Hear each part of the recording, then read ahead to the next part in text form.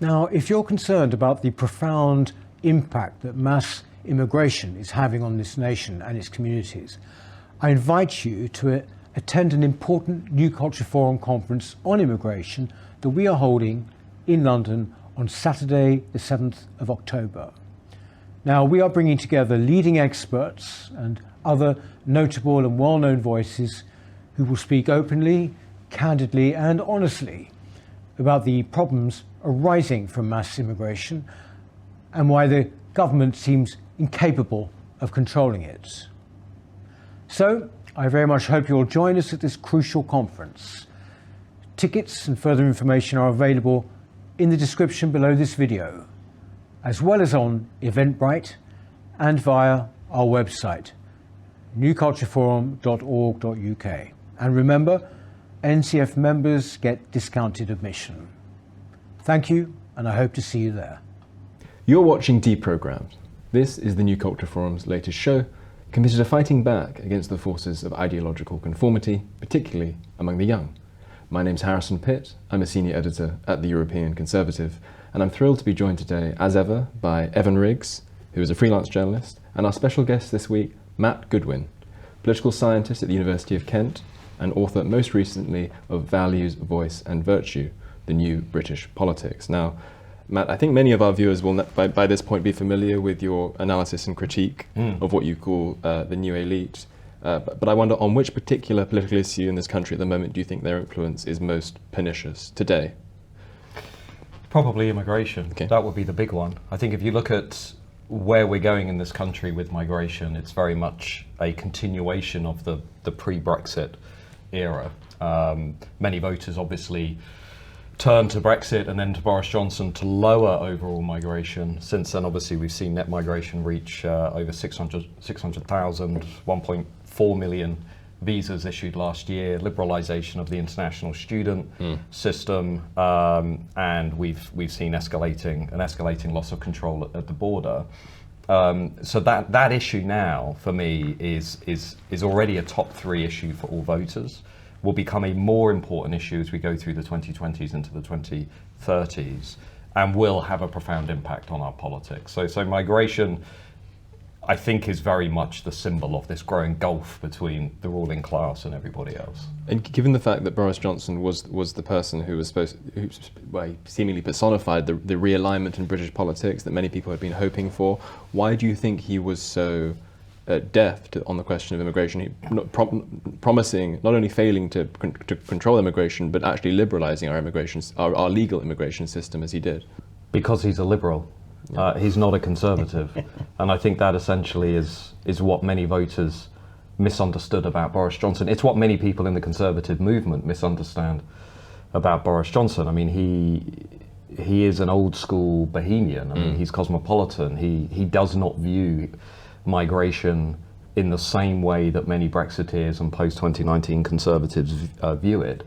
He is instinctively comfortable with migration, as are many of the people around the Johnson camp and indeed the Conservative Party. And I think fundamentally the reason the Conservatives are in so much difficulty today, as we talk in September 2023, is because they've lost touch with their electorate on migration. If you look at 2019 Conservatives, migration is their second top issue.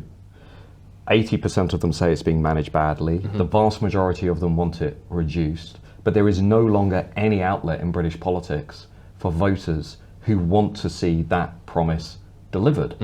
There's Reform, there's Reclaim, there's some parties that are trying to fill that space, but there is no mainstream party committed to lowering overall migration.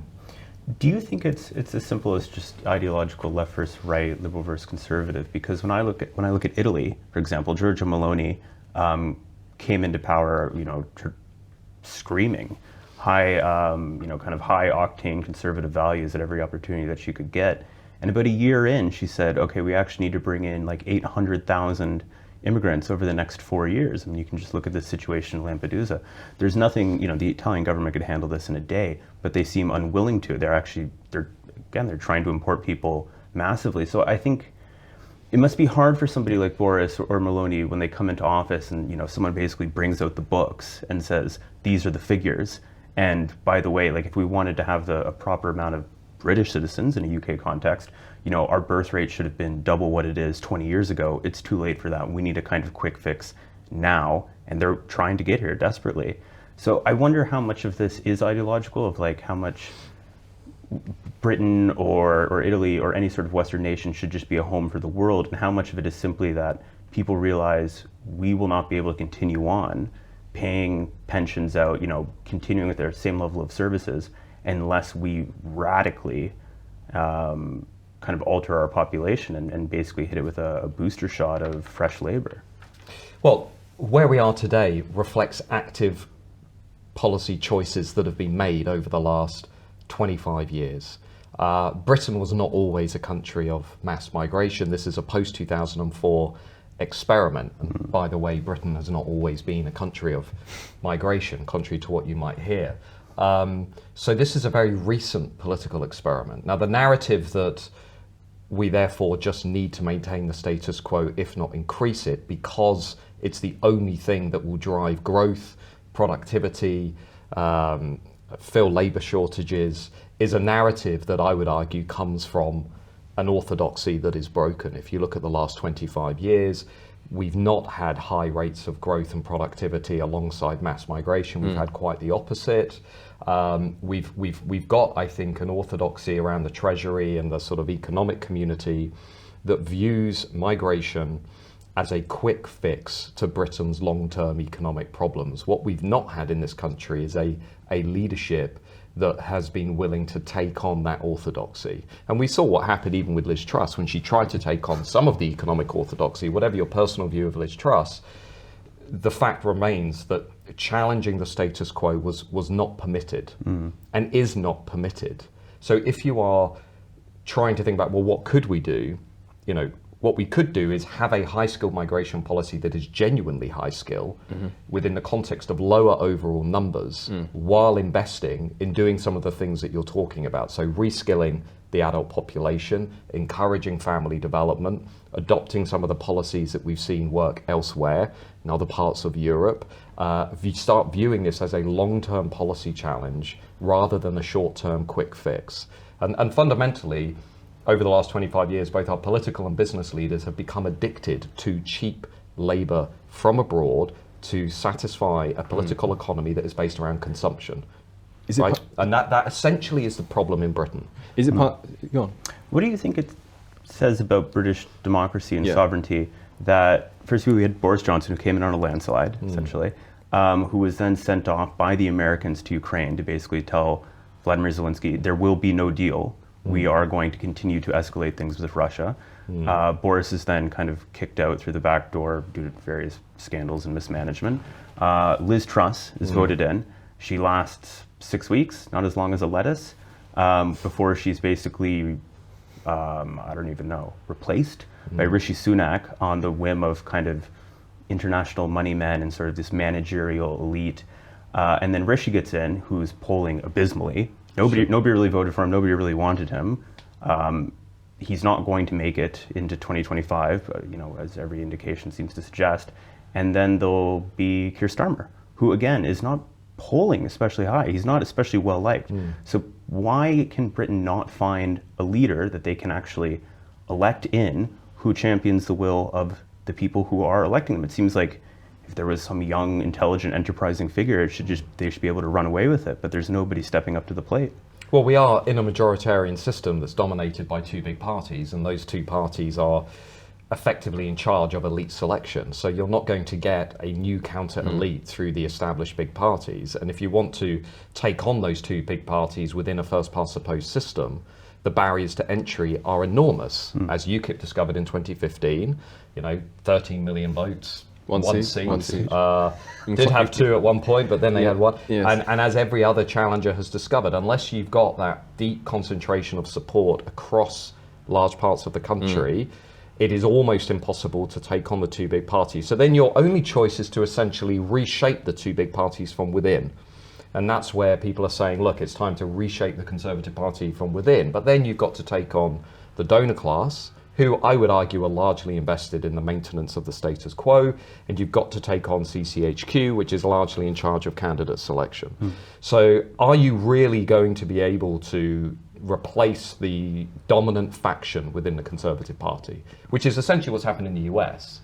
The only reason Donald Trump was able to change the dominant faction within the Republican movement was because of the primary Exactly, system. the structure is very different. It's a completely different system, whereas in Britain, you know, you would have to launch an assault on the party system that is so widespread and has such support beyond London and the university towns that you'd have to get to that tipping point in the system of polling around 25-30% in order to then replace one of the two big parties. And of course, that's what the Labour Party did. The Labour Party replaced the Liberals. It's also what the SDP came very close to doing in the 1980s when it took on the Labour Party and fell short by about 2 or 3 percentage points. It's what the Canadian Reform Party did in 1993. It's not impossible, but it's very, very difficult. And you need a constellation of big issues that people really care about and the elite is out of touch on. A demographically coherent electorate that you can mobilise, which of course UKIP had and Nigel Farage had, very working class, very culturally conservative. And you need money. You need lots and lots of money in order to turn a small party into a serious proposition. And I'm not talking 10 million quid, I'm talking, 20, 30, 40 million. For which of those reasons do you think that our first populist moment, such as it was between sort of, I would say, around 2013 to 2016, from the European elections when your UKIP won to Brexit itself happening, why has that been so short-lived? Why has that failed to generate anything long-term? Well, I mean, I would argue that UKIP had an enormous long-term impact on the country, and that were it not for UKIP, we would not have had the referendum, we would not have had the vote for Brexit, we would not have had Boris Johnson, we would not have had the realignment of our politics. And I do think, as I've written in other books, even though he never won a seat a seat in Parliament, Nigel Farage will go down in history as the most influential politician of the current era. I think his strategic mistake, and I suspect he would tell you the same thing, was not doing the deal with Boris Johnson in 2019, because I think that was essential to ensuring that Brexit was delivered and avoiding the parliamentary crisis, but was winding up the Brexit Party, was finishing the Brexit Party, bringing it to a close. I think had they kept that going, during COVID, it would have put pressure on the government. During the rise of inflation, during the cost of living crisis, and now, I think the brand awareness, the impact would have been much greater. And of course, the problems that Reform are experiencing now, they don't have much brand recognition. They are struggling with visibility. Yes, they're reaching 10% in the polls, but arguably in the current context, they should be on 20, 25%. I think that would have been remedied by the Brexit Party continuing. The last point I'd say is look across Europe now. When I wrote a book, National Populism, in 2018, I argued that populism was here to stay. And it was probably going to become a bigger force than we'd seen in 2017 with Marine Le Pen and 2016 with Trump. Now look at what we can see. Alternative for Germany is reaching record levels in the polls. 25%. Giorgia Meloni in Italy. Sweden Democrats are effectively running politics in Sweden. Vox in Spain has been doing reasonably well. Chega in Portugal. We've got Le Pen poised, most likely to have a serious run again at the presidency in a couple of years. Trump could plausibly, I genuinely now think he has a realistic shot, depending on how the legal cases go, becoming president. So national populism, if anything, has become more entrenched. And remember, it was in the aftermath of the refugee crisis in 2014-15, which is now rising again, that these parties reached their peak. And we did not have inflation then. We did not have peak inflation. Now, if you look at the literature on the effects of inflation, it shows very clearly that in the years after inflation peaks, you get support for anti-establishment populists and you get social unrest. And you can see both of those things in the Dutch farmers' protests, in the yellow vests, in the Blade Runners in London. What we now have is this very toxic combination of cost of living crisis, record migration, enduring inequalities, and that's why I think Britain will inevitably go back to a populist moment and catch up with other European countries. Do you think that so populism, there are two ways in which we could think about populism having staying power. We could think of it as having staying power in the sense that it continues to exert an influence on our politics. And I think that's certainly true, and it has been true since 2018, and we can see it intensifying now. But there's that, and then, but you talk in your recent book about the new elite, and often it seems to me that it's very difficult to achieve anything of enduring value in politics unless you, to some extent, have a portion of the elite on board with you, since these tend to be the people who really make politics happen. To what extent is populism bound to spook what you call the new elite, but not really to refashion them in any meaningful sense? I think there's a lot of truth to that. I think in the aftermath of the Brexit rebellion, as we can see now, there has been no fundamental transformation of policy. It's been a formality, really. We've left the European Union, but Yeah. levelling up has certainly not happened. Migration has not changed. You have a wonderful statistic, don't you? I can't remember it off the top of my head, about how more money has been spent housing asylum seekers than has been spent on levelling up in the whole of Yorkshire. Is that correct? Well, we now spend close to £4 billion every year on the broken asylum system, Yes. and the latest round of levelling up funding was about £2 billion. There you go. So we're spending more on our asylum system than we are levelling up all of Northern England, Indeed. not just Yorkshire. So the policy choices have not been there because the political elite is not there. Exactly. So Westminster has not reformed to meet the post-Brexit environment, which is why there is no mass enthusiasm for Keir Starmer. There is no mass enthusiasm for Rishi Sunak. I suspect at the next election we'll see a lot of apathy, we'll see people staying at home, hunkering down, because we have the dawn of a new consensus. I mean, the pre-Brexit consensus was pro-immigration, pro-globalisation, pro-London, pro-middle class, pro-social liberalism. Was essentially the elite consensus. The elite consensus post-Brexit has morphed into pro-immigration, pro-globalisation, pro-big state, pro-debt, pro-high tax, and there is really nothing to distinguish Labour and the Conservative Party on many of these issues. Labour's even rode back on the green investment stuff.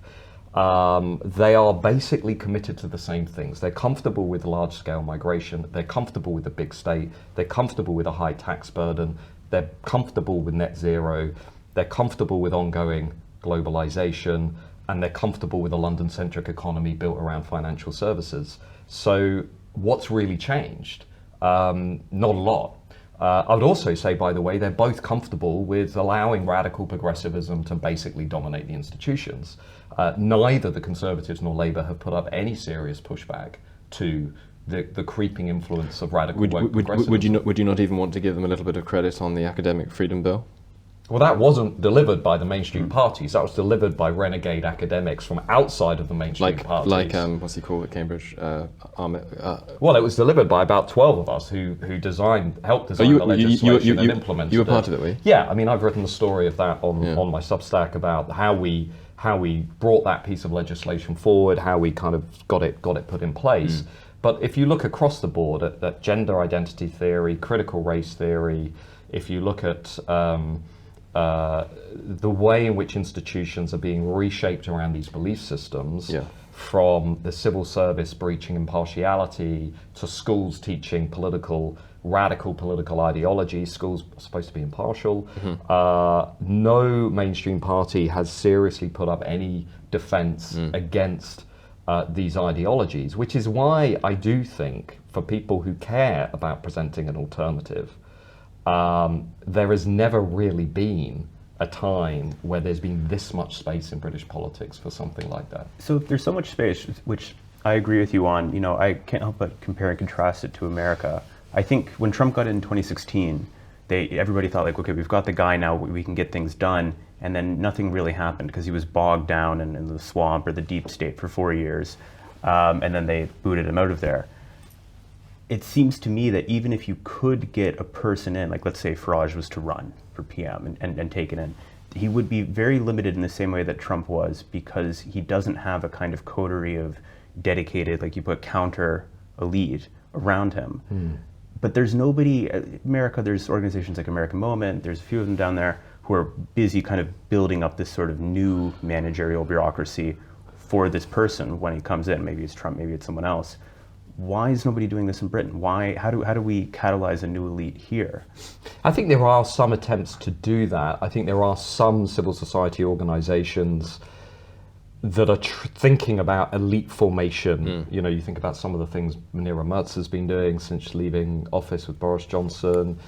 You think about the kind of emergence of this alternative ecosystem around, you know, alternative media that we've got in this country now. I think all of these things are very interesting and potentially impactful, but you're right. I think what's happened is there is a recognition that mobilizing popular sovereignty is not enough, that essentially unless you are taking on the managerial bureaucracy and reshaping it, then you're never really going to get anything done, which is why, you know, Trump and his entourage have now, you know, said the first thing they will do is essentially replace layers of the administrative state in order to try and, you know, get things done. In the UK, again on Substack, I've had a bit of a back and forth with Dominic Cummings about this, about, you know, he rightly argues one thing that needs to happen is complete reform of the civil service and the institutions. But actually, the technocratic part of that isn't sufficient. There also needs to be a wholesale, in my view, a wholesale reshaping of the policy process so it is more in tune with the views of ordinary people, ordinary voters. We need to break up the institutions to give them bring in a much wider range of voices in media, in culture, in creative industries, in politics, which you could do quite easily. But you're right. I think you know, Max Weber once said politics is the art of drilling slowly through hard wooden boards, right? That, you know, and I think many populists have now realized after the revolts of the 2010s that it's not enough just to get votes in the polling station.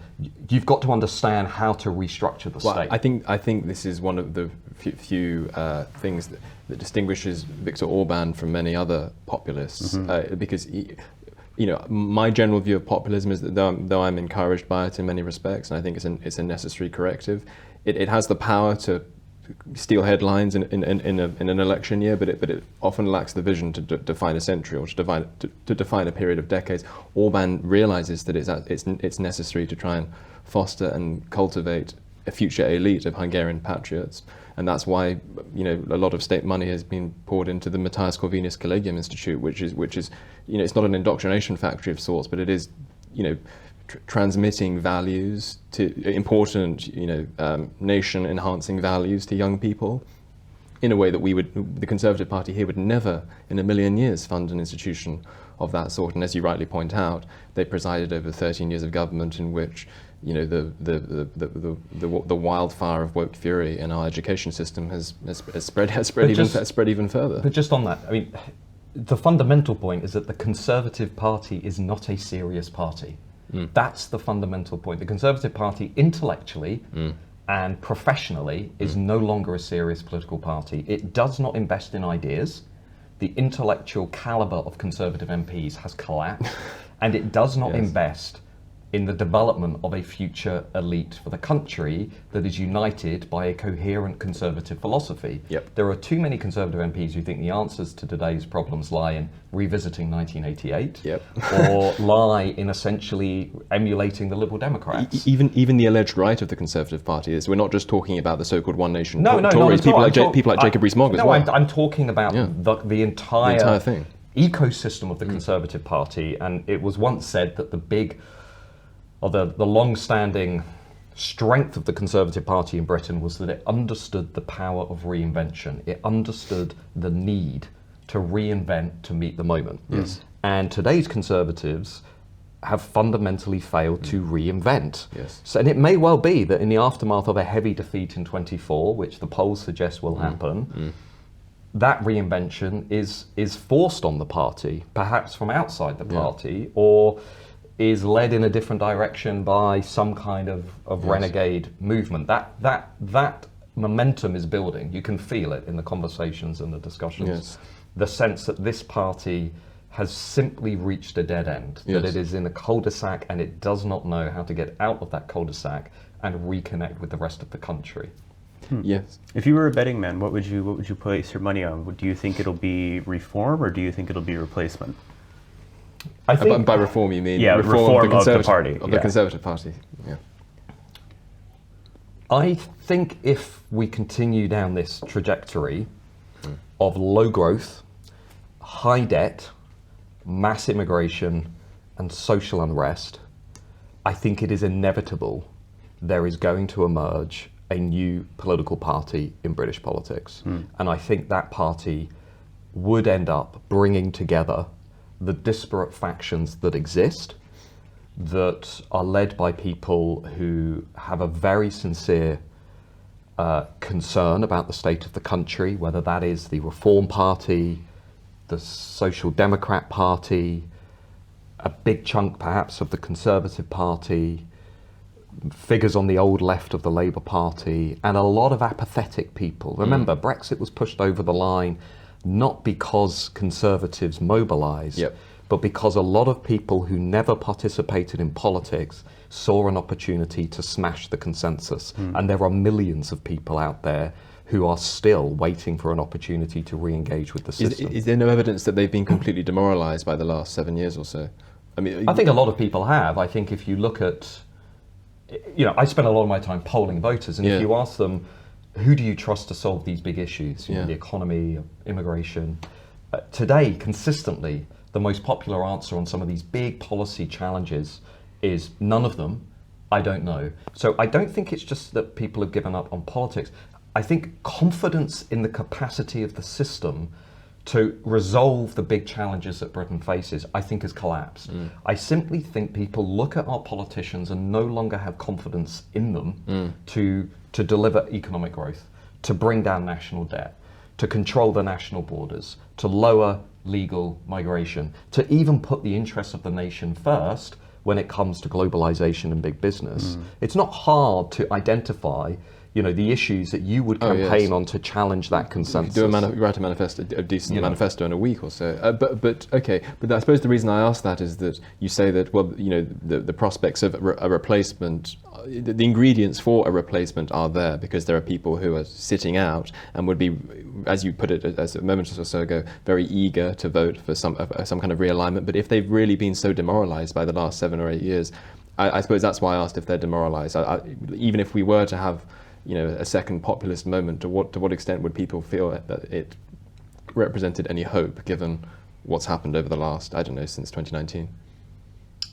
Well, I think the story from much of the rest of Europe is people have not yet given up on the idea of trying to change the consensus and the direction of travel.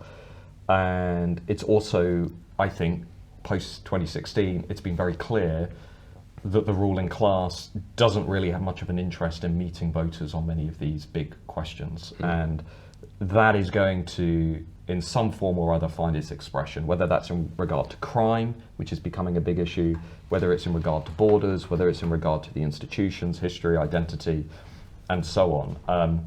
The question is who's going to emerge to lead it. The question is what exact form is it going to take? Will that person or movement be clever enough to position themselves above left and right? There's no point coming out and saying, you're the new Conservatives if actually a big chunk of the disillusioned masses are on the left. There is an opportunity to build a cross-class coalition in a way that, say, a Conservative wouldn't be able to do. Sure. And that was always, of course, UKIP's strength. And Nigel Farage's strength was they were as popular in the old Labour heartlands as they were in the Tory shies. Despite having their origins in sort of early 90s disillusioned Thatcherism. I mean, I've written about this in many books over the years, but there was a by-election in 2011, I think in Oldham, when UKIP saved their deposit. They just got over 5%. And it was around that point that Nigel Farage and Paul Nuttall realised the reason they were doing well in those areas was because many old Labour voters were suddenly voting for the UK Independence Party. And the moment they realised that, they then put the pedal down on that. And very few people noticed it until the Brexit referendum. And then when Sunderland and Stoke-on-Trent suddenly came out and voted en masse for Brexit, a lot of people then understood how critically important UKIP had been. Can I say something very quickly? I think there were also pretty strong harbingers of it in 2015 as well. The fact that, because obviously the big fear in 2015 for the Conservative Party was that UKIP was going to eat into its vote. And it actually turned out that Ed Miliband was probably more effectively harmed by the UKIP vote in those key swing states than the Conservatives were. I briefed Ed Miliband and his team in 2012, 2013, and we said at the time, Labour is going to have an enormous problem with the populist right, and they, at the time, had the view that the rise of UKIP and populism would mainly hurt the Conservatives and help the Labour Party. They never really understood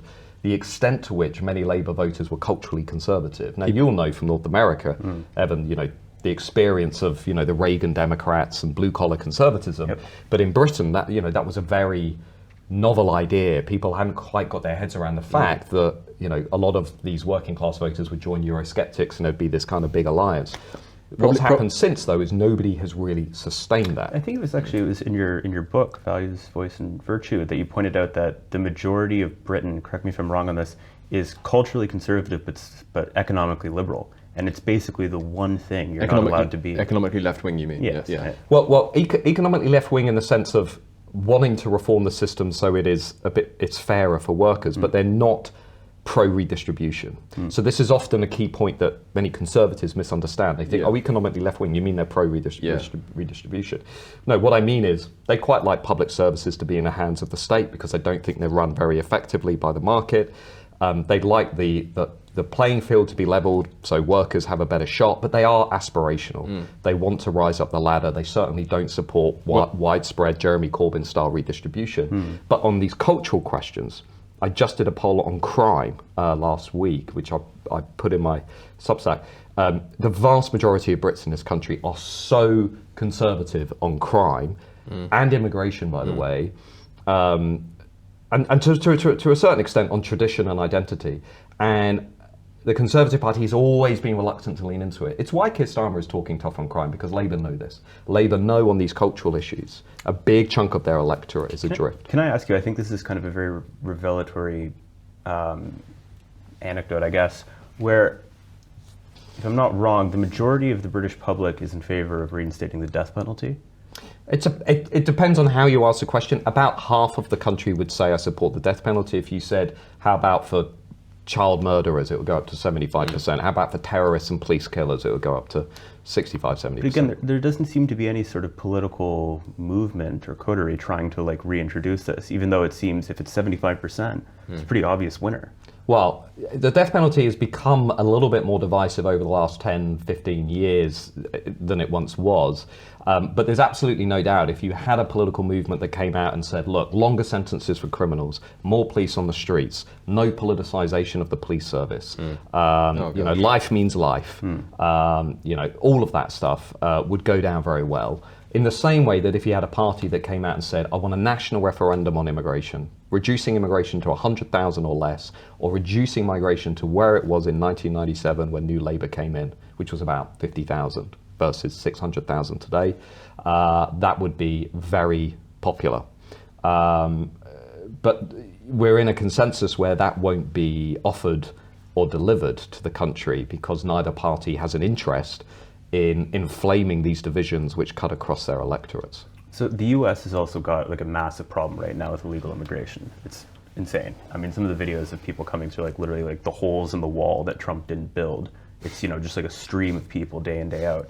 And, I talk to US conservatives and they're we need to get every single legal immigrant out of this country. I mean, I legally immigrated to the US. I got a passport, so I'm kind of in favor of that. At the same time, there's 15 million illegals in America, and it's spread out over a giant continent, really. So it's just never going to happen. It's like when liberals say we need to round up all the guns. There's more guns in America than there are people. It's not going to happen. There'd be a Waco on every third block. Oh yeah.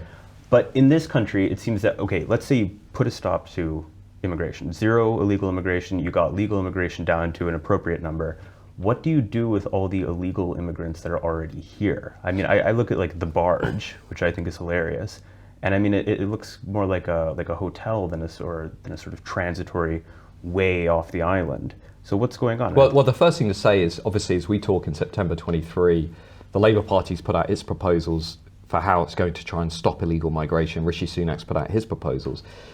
The blunt reality is that if you want to stop illegal immigration, you've got to do a hell of a lot more than just go after the gangs. The National Crime Agency has been explicit, and I wrote about this week. The NCA has said stopping the gangs is nowhere near enough, because once you take one off the streets of France, there's another one. It's like whack-a-mole. You cannot solve this problem by going after organised crime, because at the end of the day, all people need is a dinghy and a walkie-talkie, and they're on the channel and they're going. So the gangs it's important, but it's a background factor. What we need is both a functioning system of dealing with claims the moment they happen and immediately deporting people who do not meet the set criteria, which at the moment we're only really doing with Albanians and a couple of other groups. And secondly, having a very loud active deterrent, like Rwanda. Now, everybody in Westminster will tell you Rwanda's not popular. Wrong. More voters support the Rwanda policy than oppose it. Having an active third country where you will send illegal migrants for processing will become the consensus position across much of Europe in the next 5 years. I would predict that. Yeah, I think you're right. So you need an active deterrent. You need a very strong police presence. The idea that Keir Starmer has suggested that we should have a quota system with our European neighbours is absurd. They've already branded that delusional. Why is it absurd? Because if we were to do that on the basis of our population and economy, it would be equivalent to us taking somewhere between 75,000 and 150,000 migrants every year. It didn't happen before when we were in the European Union. We returned barely any. And the idea that is a long-term sustainable policy in an organisation like the EU, which cannot even solve its current refugee crisis, I think is a non-starter. My view would be we need to develop a policy formula for what I would call Fortress Britain. We need a serious active deterrent with much stronger security presence on the border, much faster processing. We need to be willing to leave the ECHR, the European Convention on Human Rights, and reform the Human Rights Act and the new labour legislation that has allowed us to effectively create all of these loopholes for illegal migration. Rishi Sunak will get bounced, I suspect, into having to discuss or debate leaving the ECHR. And I think ultimately that's what we're going to need. Well, in terms of, so I think the most important thing, I certainly agree there needs to be a credible deterrent, and there needs to be a very efficient way of deporting people once their asylum claims fail, as I think most of them should fail. But one of the points Ben Habib made when he was sitting in that chair, what must have been a week or so ago, 2 weeks ago, at this point, was that we shouldn't even be allowing it to get to a situation in which illegal migrants can get their feet either onto a British boat or onto British soil in the first place. We should be turning these people around in the channel and invoking international law to do so, rather than ferrying them in as we currently do, or as the whatever it's called, the lifeboat service, the what's it called, the RNLI. The RNLI presently does. Would you agree with that? Do you think that's a credible policy proposal? I think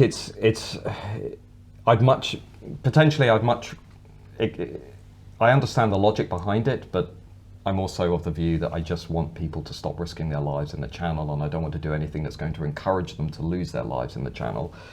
I would much rather just have an active deterrent in the first place to make it absolutely clear across the states where migrants are leaving from that if they come to Britain, they will be immediately sent elsewhere for processing. And we have the court judgment pending this autumn on the Rwanda policy. The Supreme Court one. The Supreme Court judgment. If that goes in Rishi Sunak's favour, we will have planes taking off before the general election. And if you speak to anybody in Australia, they would argue that having, and indeed as our own National Crime Agency has said, our version of the FBI, you cannot solve this problem unless you have an active deterrent. Of course, but the Australians did also turn away people in the sea, didn't they? They did. I think the dynamics of that are probably a lot more straightforward for Australia than they are for us. But I'm very in favour of having an active, strong deterrent, because the other thing about the sort of the constant talk about safe and legal routes and let's move into Labour's plan is nobody can tell you what the upper numbers will be. Nobody can tell you what the upper numbers will be. Now, if we've got 100 million people around the world actively displaced, looking to migrate, and what we're seeing in Lampedusa in Europe is the beginning. It is not the end. It is the beginning of a migration crisis. then we need to get real about the kinds of numbers and the kind of impact this is going to have over the next 25 to 50 years. Getting rid of illegal immigration by making it legal, it doesn't seem to me to be the most intelligent way of Well, that's what Joe proceeding Biden's about done. this. That's essentially what Joe Biden's done. What Joe Biden's done is said, look, I'll allow 30,000 in and then we'll repackage them as legal migrants. And it's a bit like, you're changing the definition of burglary, so you don't have to count burglary in the crime statistics. Exactly. And that essentially is what's happened. So that's why lots of progressives in Britain are saying do the same as Joe Biden, because essentially they're supportive of open borders. And Ursula von der Leyen. I don't think it's a sustainable position either for the British electorate or for safety and security. And this is a safety and security issue. It's a national security issue. Ursula von der Leyen said the same thing a couple of days ago in her meeting with Giorgia Meloni. Giorgia Meloni wants in the Mediterranean there to exist a sort of EU navy which will contend with this problem and turn boats away in the Australian fashion. And Ursula von der Leyen was apparently much more keen on the idea of just opening up more safe and legal routes, which just, as you say, means making what is presently illegal legal and saying problem solved. Jesus Christ. Well, turning a bit, I read your latest Substack yesterday morning. We've got the new class of 2023 coming into universities. And it seems like there's a few questions I want to ask you about these people. One, do you have any hope that a new kind of counter-elite can be pulled from our current sort of university cohort? Right. Do you see any hopeful signs? Two, what do you make of the massively exacerbating mental health crisis with young people? Yeah. And three, why do you think young women now are so much more left-wing than men, who are becoming more and more right-wing, basically by the year? Yeah. Well, in terms of the Zoomers, the kind of post-1996 Gen Z, these are the younger Zoomers, right? They were born in, the first years who are starting now, September 23, were born in 2005. Okay, so, somebody once said working in a university is the only place where you get older while everyone around you stays the same age. And that I feel that every September. And they are, they weren't alive during 9/11. They don't remember the Blair and Brown years. They barely remember the Cameron years. They were 10 or so when we voted for Brexit. These are the kids who have come of age amid Brexit, Trump, Jeremy Corbyn, 13 years of Boris Tories. Johnson, Liz Truss, 13 years of Conservative government. They do lean very strongly to the left. If you look at the latest polling as we head into the next election, about 8% of 18 to 24s are planning to vote Conservative, 8%. The rest are basically voting for the Liberal left, the Greens, the SNP, the Lib Dems, Labour. Young women, as you point out, are especially left-wing, both culturally and politically. Now, there's different theories as to why that is the case. One is they're more likely to pass through higher education now than their male counterparts. They're outperforming men at every level of the education system. They are, I think psychologically, there's a literature of women being more, conscientious and caring and nurturing and so forth, which politically leads them predisposed to voting for the left. But I think also, what's interesting about this generation for me, there's two different views. One is Gen Z are going to be sort of snowflakey because they've come through COVID and they've had serious mental health issues. And that is true. I was teaching during COVID, and the first group of students that came after the lockdowns were unrecognizable relative to other students. They did not say a word in class. They were very anxious. They were very insecure. And this is once you were back in person? This is once we were back in person. Yeah. Not a single student came to my office hour during the entire semester, which is unheard of. Really? They avoided interaction. They were used to watching everything online. Now, the students coming in now are a bit better, but it's very clear that they have gone through a profoundly disturbing and destabilizing experience. And I think that partly that reflects a failure of our leaders, by the way. I think the successive lockdowns were a catastrophe. Yeah. And that's just one reason why I think they're a catastrophe. But there is another view, which is, and we don't know, the reality is we don't know, but Gen Z may actually be a lot more resilient than we're giving them credit for. Their lives have already been defined by crises. They have gone through, COVID, the global financial crash, stagnant wages. They've now got inflation, cost of living crisis. And one of the interesting things, by the way, about Gen Z at university are the very high numbers who are not coming back for years 2 and 3. So they come for the first year, and then we've got growing numbers who are just leaving university. And if you ask them why, a lot of them will say, I just don't think this is worth it. Yeah. I don't think this is worth 30 grand of debt. I'd rather get out into the workplace, and I'd rather... And that's disproportionately men that are doing that. Disproportionately, yeah, often men. Often, at my university, we have a lot of students from South London, but often kids who I think are very keenly aware of the fact that the economic reality that awaits them is going to be incredibly difficult. So they're coming into university, maybe they're having 6 to 10 hours of tuition a week, you know, summers off, long breaks, and I do think they are looking at the higher education model and thinking, I'm not really sure this makes sense for me right now. Do you think some of that pragmatism might eventually be reflected politically? Perhaps. You know, the age divide that we've got among young Zoomers is the biggest divide we've ever had in British political history. We've never had 85, 90% of one generation voting one way on the political landscape. If you go back to the Thatcher era, the age divide wasn't really there. And if you look at other European countries, by the way, it's not there at all. I mean, if you look at Maloney's voters, if you look at Orban's voters, they're middle-aged young, or younger. Yeah. You look at Le Pen. Sweden. Le Pen's doing very well among young women in the hospitality sector. There's something unique that seems to be going on in the UK and to some extent the US. Yeah, it's the Anglosphere. The Anglosphere. And I wonder if that is a reflection of the institutions and the extent to which they have been captured by radical progressivism. We'll have to see. Yeah, about a year ago, I was in a meeting with some kind of big conservative figures here, and I made this point of like, look, if you look at, you know, name the EU country, you'll see like these massive sort of youth movements. I mean, I was just watching videos of like these kids in France with like these like giant flags it takes like 100 people to carry on like the side of like a snowy mountain, like hooting and hollering for Marine Le Pen. And I was like, why don't you see any of that in the UK? Like, where is this? And not only why don't you see that, why don't you at least see somebody trying to find these people or trying to do that? And I mean, everybody just kind of stared at me like I had 3 heads, and I was like, we couldn't possibly do that here. But it seems like right now it's kind of ripe for the taking, if that there was somebody interested in reaching out towards younger people and saying like, by the way, you know, like being on the right or being conservative, you know, you can still like have a pint at the pub. It's not, you know, total Tory boy, you know, fiasco. This is one aspect of party membership that has declined in this country over the last 60, 70 years. I mean, it used to be the case at the sort of the high point of party membership that, you know, if you were a member of the Labour Party or a member of the Conservative Party, when you sort of go to meetings, you wouldn't necessarily just exclusively talk about politics. At the old Labour Club, you'd play darts, you'd drink. Well, it was a dating club, essentially. The young Conservatives were really about social networks. Exactly, but that's completely gone. And so the idea of revamping those in the mainstream parties is probably unlikely to happen. But if there were to be you know, a potential replacement to the Conservative Party, this is something they should probably bear in mind if they want to bring young people aboard. They should be doing it now. Yes. The one thing I would say, if you look at, say, the National Conservatism Conference that we had earlier this year, I looked around the room, and you know, it was a well-organised conference. In terms of the people who were there, it really was it was the under 40s.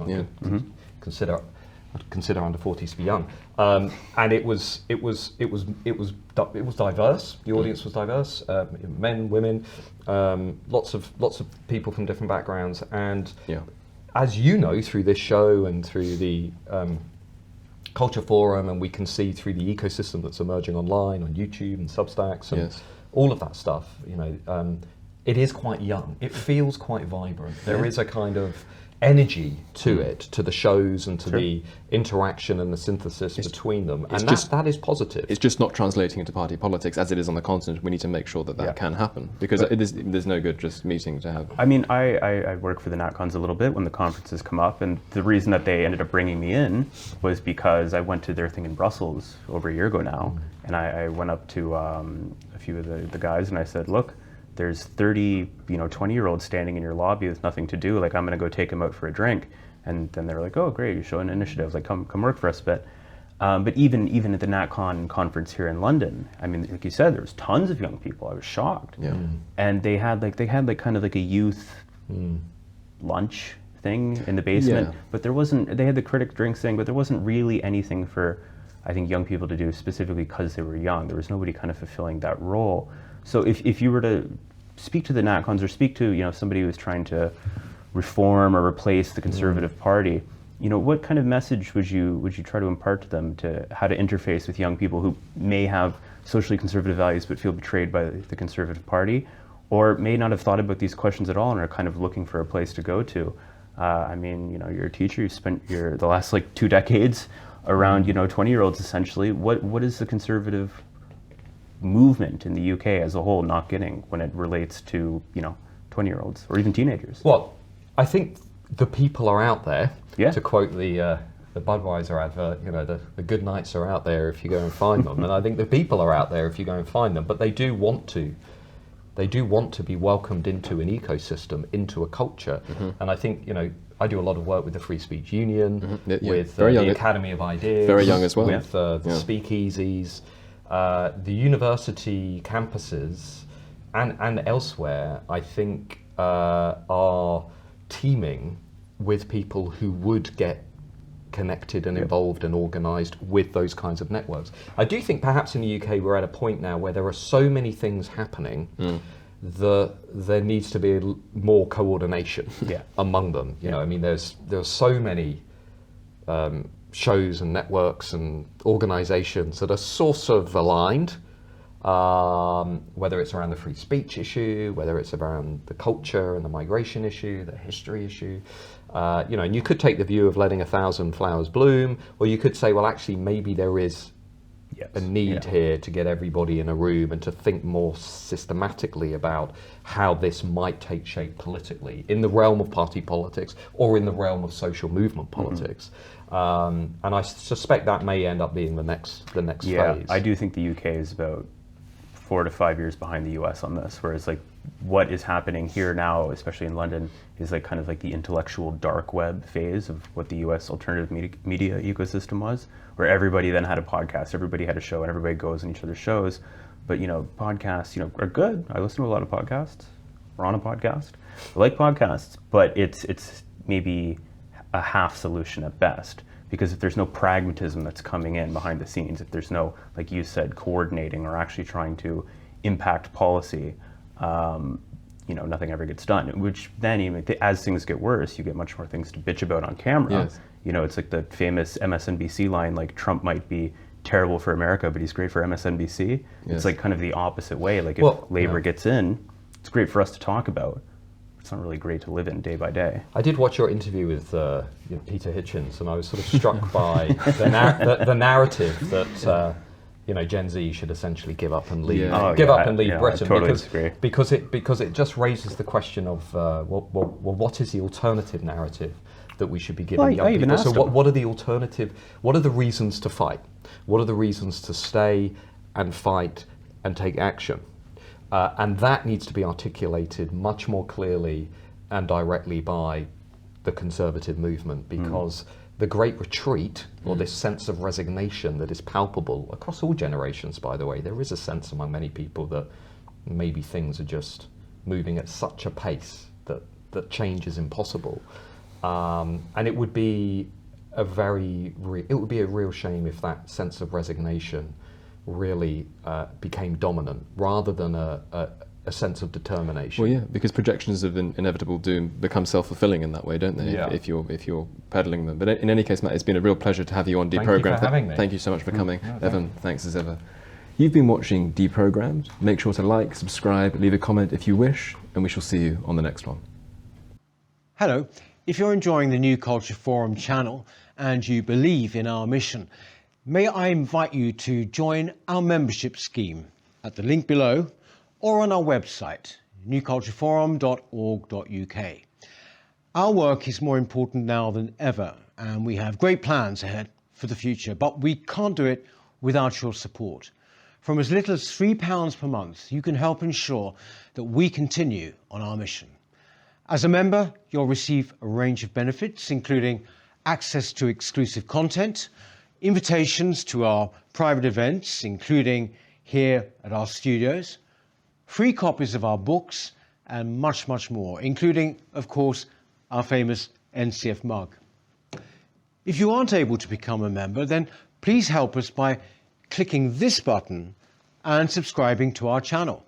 It's completely free. Just remember to also click the bell icon so that you can get notifications when we post new videos. Thank you.